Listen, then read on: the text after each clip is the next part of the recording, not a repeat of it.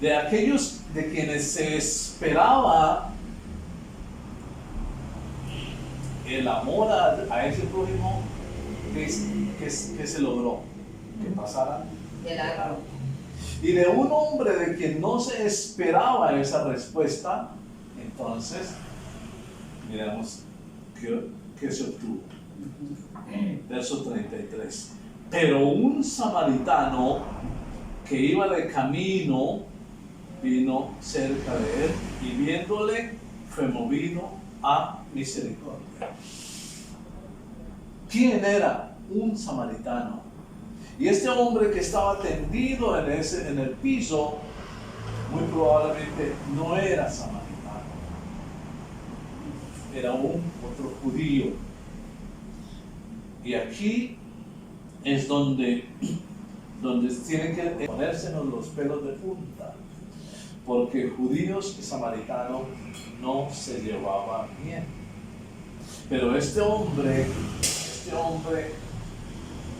fue más allá de ese sentimiento nacionalista. Él fue mucho más allá de eso. De mandar, ¿no? Él se ocupó de ese hombre como un hombre que merecía recibir su asistencia. Lo vio como su hermano. Lo vio como su hermano. A pesar de que judíos y samaritanos no se llevaban bien, ni siquiera se hablaban, él tuvo que haberlo identificado como judío. Él tuvo que haber visto, ese es un judío.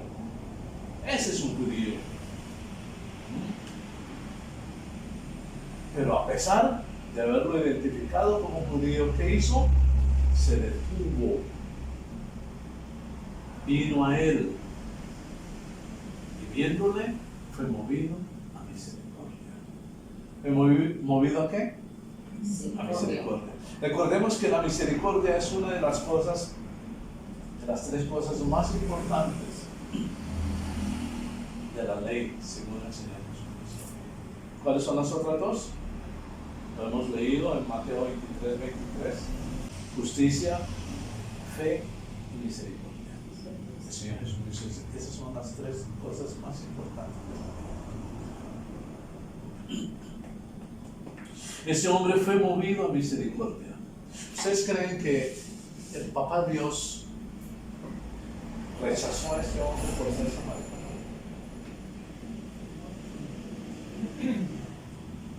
¿Qué creen ustedes? De ninguna manera. De ninguna manera.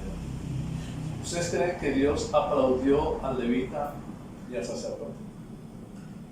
No, para nada. Absolutamente nada. Movido a misericordia.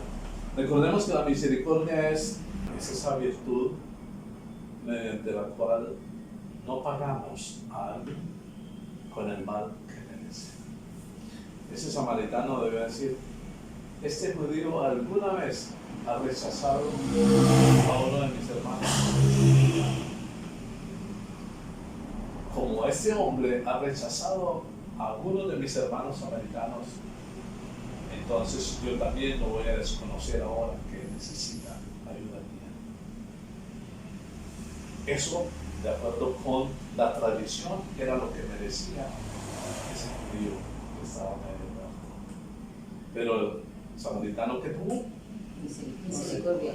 removido. Eso quiere Dios de nosotros. Misericordia. Que seamos movidos a misericordia. A nosotros nos ha faltado eso. Y por causa de eso, muchas veces todavía odiamos, todavía tenemos rencor, tenemos resentimiento, hacemos acepción de personas, porque nos falta crecer.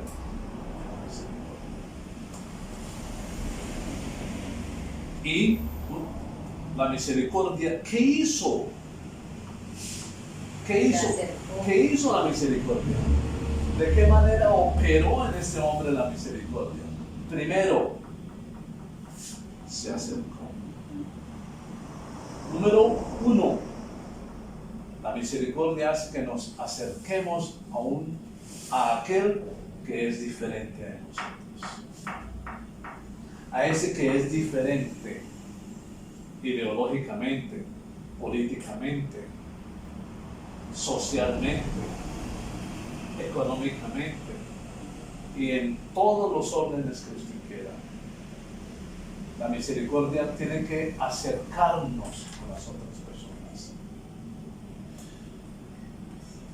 2, vendó sus heridas. 3, le echó aceite y vino a las heridas.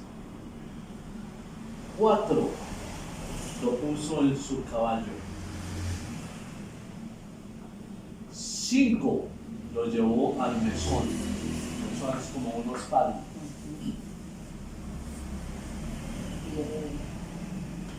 Cuidó de él.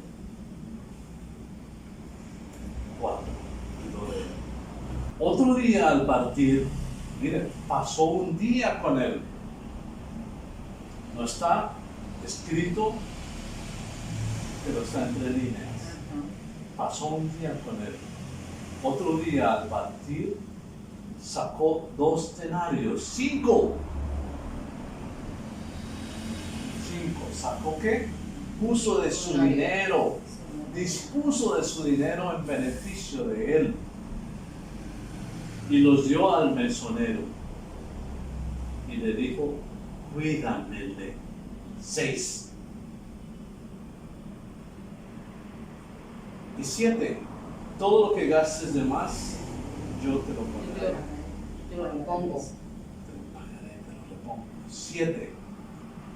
Y 8, cuando regrese, es decir, hago todo esto, hizo todo esto, pero dijo, voy a hacer una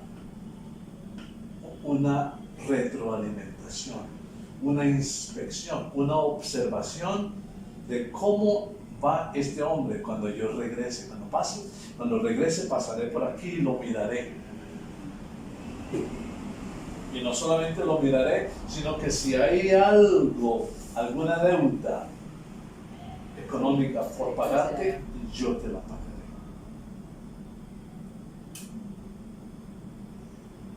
Este hombre, sin ese afecto interpersonal, intrarreligioso, interreligioso, intercultural, sin haber esa comunión, esa afinidad, esa simpatía, ese hombre fue movido a misericordia. Dios lo que nos está enseñando es: no hagamos acepción de personas. Debemos servir a todos. Aunque hace algunos días nos enseñaron que primero, ¿quiénes? Los hermanos los de la casa, los hermanos. Pero debemos caminar en toda buena obra para con todos.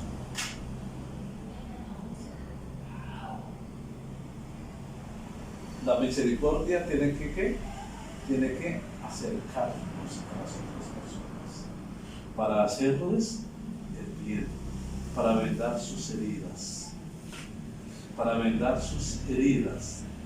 para ponerlos en nuestros vehículos, el caballo, la bicicleta, el carro, llevarlos donde alguien que nos sane las heridas físicas y las heridas del corazón. Cuidar del otro. Dios nos ha puesto para cuidar del otro. Pero ¿cómo vamos a cuidar nosotros del otro si a veces ni siquiera somos capaces de cuidar a los de nuestra casa? ¿Verdad, doña Celia? ¿Cómo podríamos descubrir la necesidad de cuidar a los extraños si ni siquiera los nuestros los cuidamos?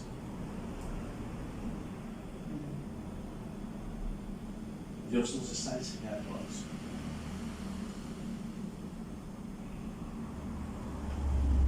Verso 36.